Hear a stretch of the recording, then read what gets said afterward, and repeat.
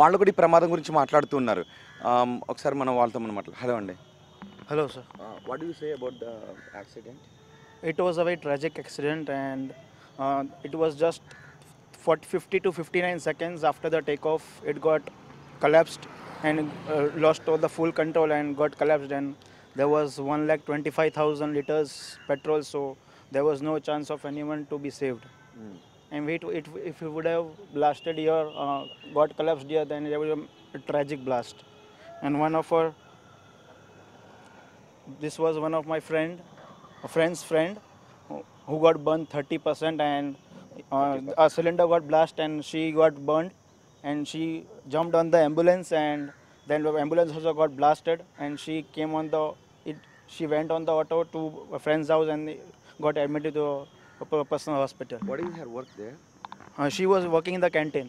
There is a mess where doctors were having lunch, some were resting, and so the plane crashed on the mess only.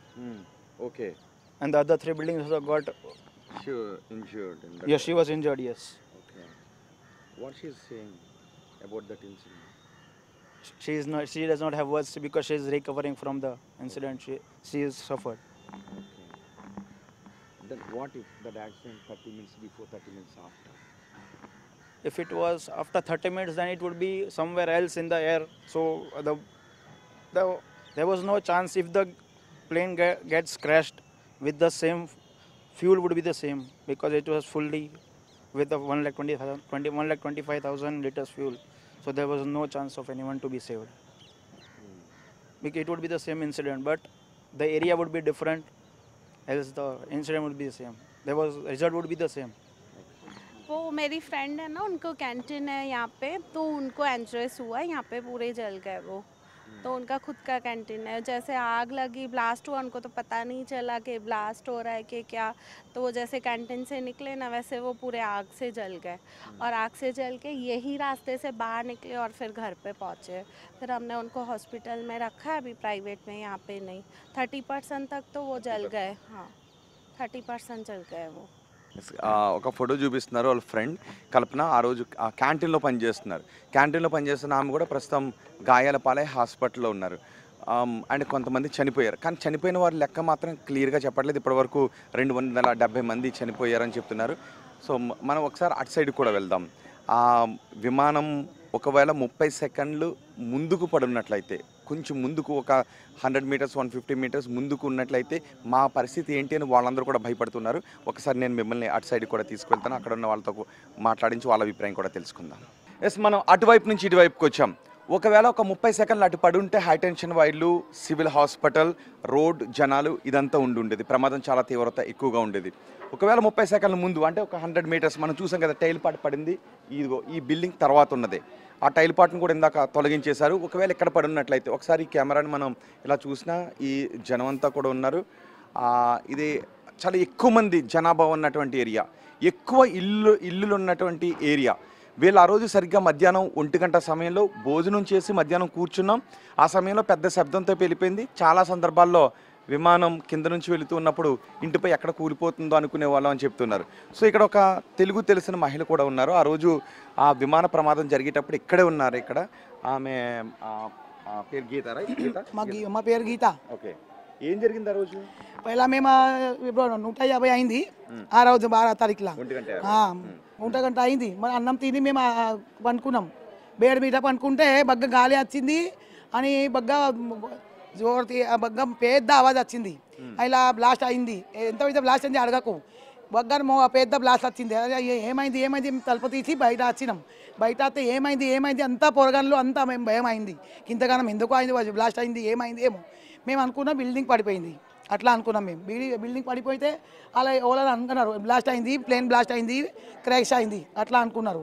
మేము అలా ఎక్కడ అనుకుంటా చూస్తే అంటే మా వెనకకు మా బిల్డింగ్ వెనకనే కింద పడిపోయింది ప్లేన్. అయితే మేము బగ్గానే భయం అయింది. మా ట్రీ ఉంటే కదా, ట్రీని తలిగి కింద పడిపోయింది ప్లేన్. వెళ్దాం. ఆ చెట్టు కూడా ఇక్కడ ఉంది, మనం ఇంతకు పైనుంచి చూసాం కదా. సో ఆ పడిపోయినప్పుడు ఇల్లు ఊగిందా ఏమన్నా?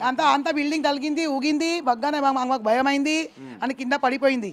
అలా పడిపోతే బగ్గానే మాకు భయం అయింది.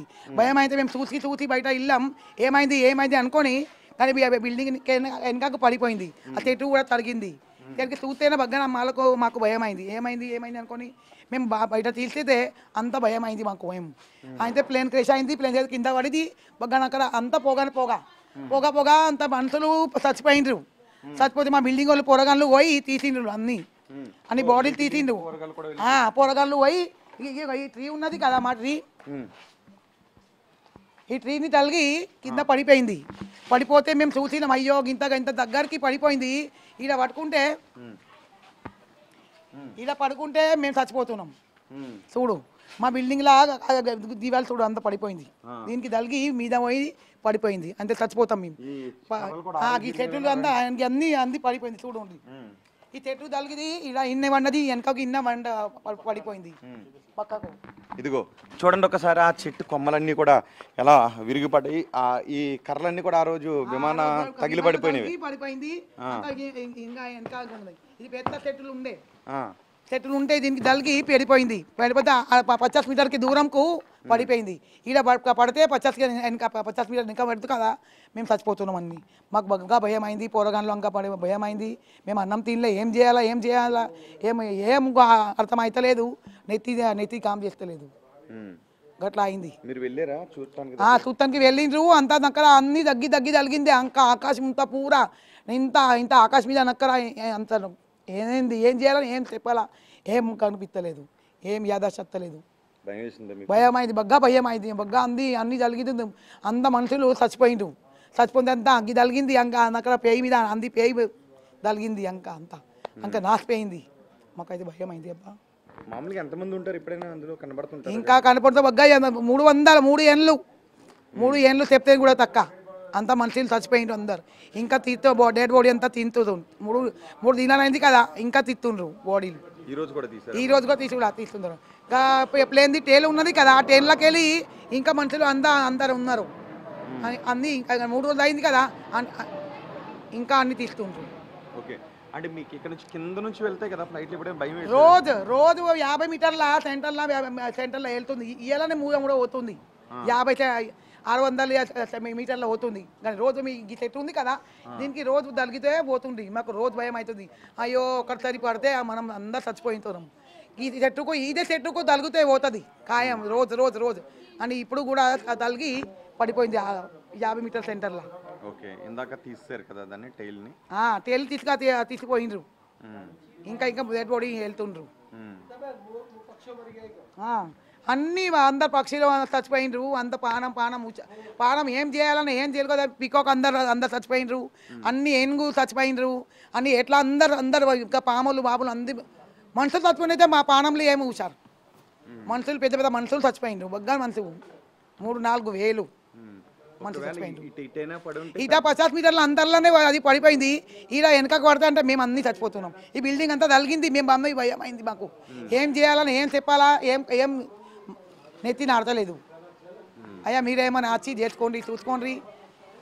దేవుడు వచ్చిండు మా ఇంట్లో, అయితే దేవుడు వచ్చిండు అనుకో.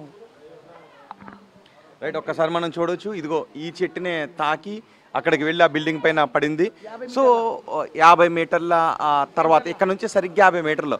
ఒకవేళ అది ఒక 10 మీటర్లు ఇటువైపు కనుక ఉన్నట్లయితే ఈ ఇంటిపై నుంచి వెళ్ళి ఉండేది, ఈ ఇంటికి కూడా డ్యామేజ్ అయ్యేది.